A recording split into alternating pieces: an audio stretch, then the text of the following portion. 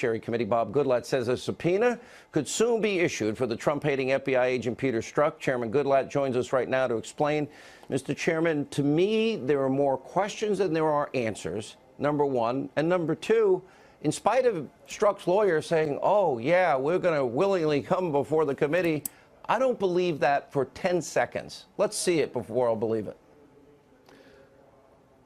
it. Are you asking me that? Yes, sir. Well, because absolutely he's got to appear before the committee. We believe we have an agreement for him to appear next week. It's important that he appear for an interview, and then we'll have a public hearing after that. And we are prepared to issue a subpoena for anything that's necessary to do.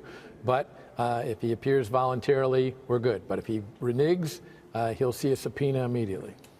Sir, let me ask you, because there was a meeting last Friday. I understand you were in that meeting, along with Devin Nunes and Trey Gowdy and Speaker Ryan and Rod Rosenstein, and you were promised documents, according to published reports, sir, and those documents that you have been subpoenaing and requesting, and Trey Gowdy has been, and Devin Nunes has, they promised them this week, or you guys promised that you will, in fact, hold them in contempt and perhaps issue articles of impeachment as it relates to Rod Rosenstein for their obstruction and unwillingness to abide by congressional subpoenas. And why do I think if I did it, I don't think I'd get away with it?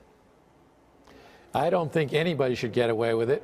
I also believe that we have, thanks to John Losh, the U.S. attorney from Chicago, we have a much better situation. We have now access to over 1 million documents in a room at the Department of Justice that we can see unredacted, and then we can point to individual documents and demand that they be produced. But there are other things in that subpoena where we specifically asked for. Some have been complied with, some not.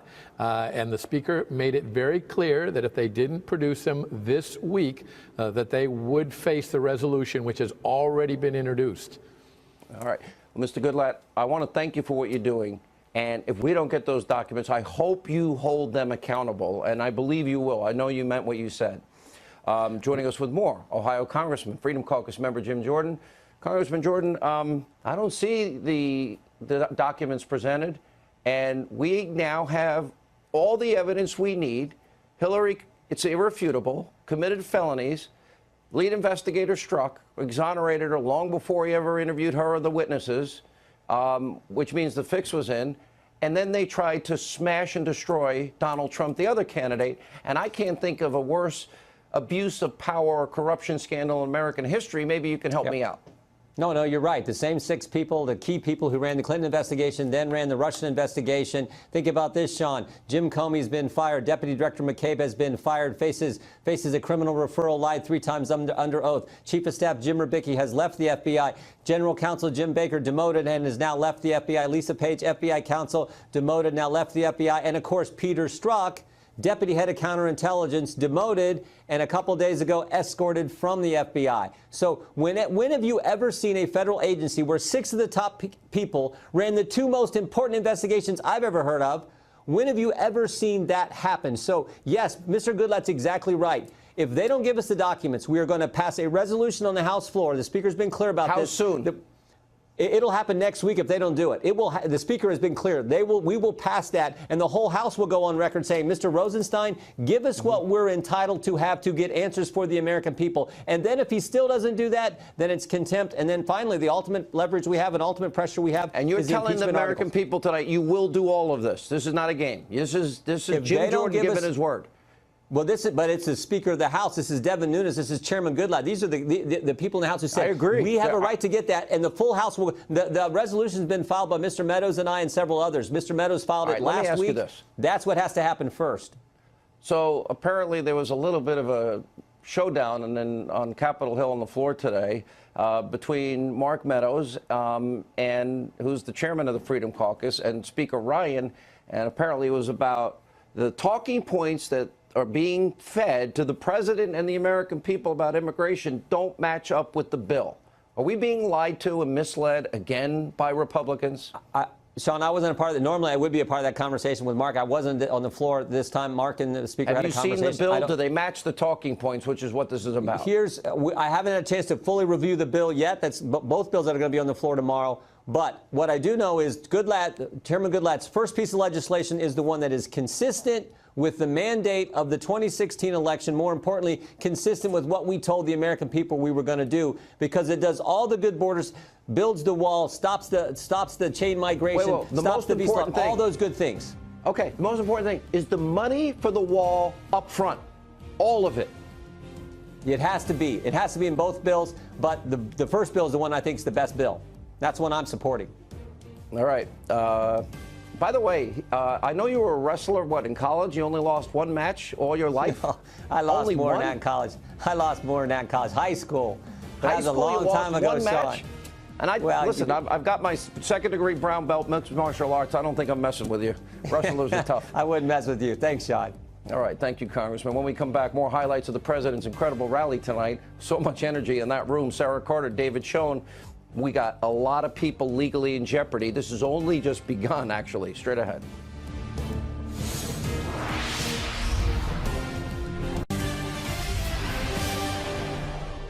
With Peter Strzok and his lover, Lisa Page.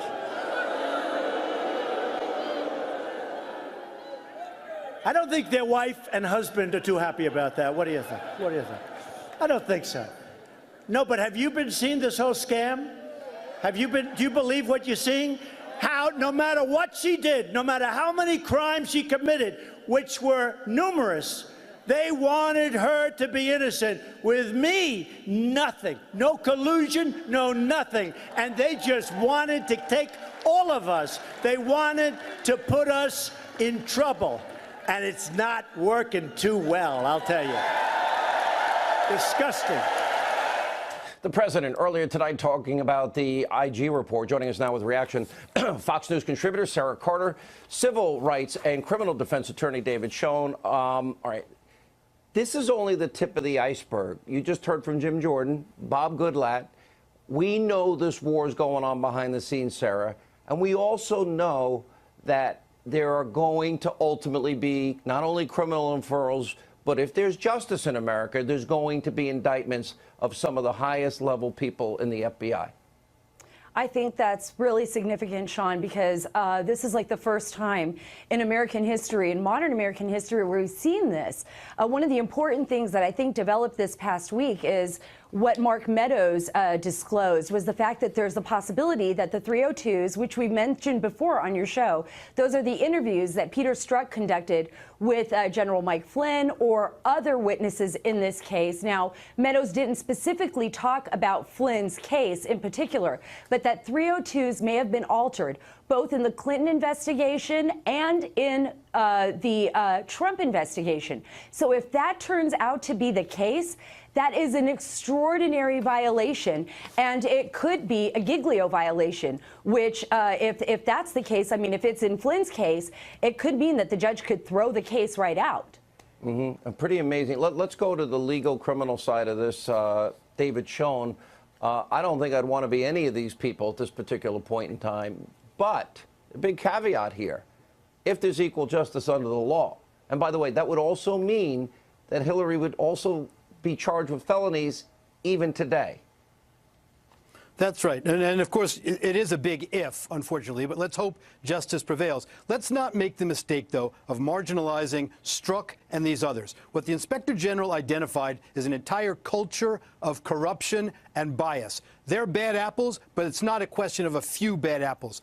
Let's be forward-thinking and not reactive, because what we know for sure is Mr. Mueller handpicked a committee to make up his special counsel team that has the exact same agenda. We should demand the emails, especially those who are former Justice Department employees, like Mr. Weissman and others, demand their emails. I would imagine we would see some things similar to what Mr. Strzok, Ms. Page, Agent 2, Agent 5, Mr. McCabe wrote and spoke about. Stop Trump agenda. Is this illegitimate? The entire, since the get-go is literally the fix in for Hillary, rigged an investigation, and then immediately the same people start the sledgehammer on Donald Trump to destroy him. Does that render everything Mueller's doing illegitimate or question the legitimacy of it? And if you're an attorney for any of these guys, do you not go to a judge and say, Judge, this is predicated on a prejudice that existed from the get-go, therefore none of this should be admissible?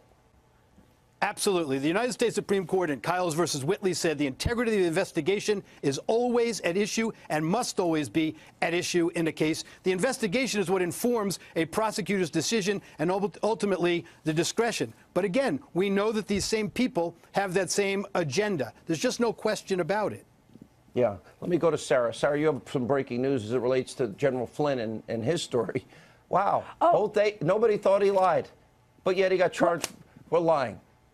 Yeah, and he pleaded guilty. I mean, he was strong-armed, according to the sources that I've spoken to. I mean, he lost millions of dollars trying to defend himself. He had to sell his home. Lost his home, by the way. Yeah, he lost his home. His family was threatened. So there was a lot of reasons why General Flynn would just want this over with. And it was such a flimsy charge because, according to Comey himself, behind closed doors, the agents didn't believe that he was lying. But then you have to ask yourself this. Peter Strzok was one of those agents that interviewed Flynn. Peter Strzok is still up and hopefully will be subpoenaed and hopefully will speak to Congress. But he was already tainted. When he went into that interview, he wanted to take people down in the Trump administration. And so I believe that everything that he touched was tainted. And I don't know what his attorneys are going to do, but certainly something is going to come of this.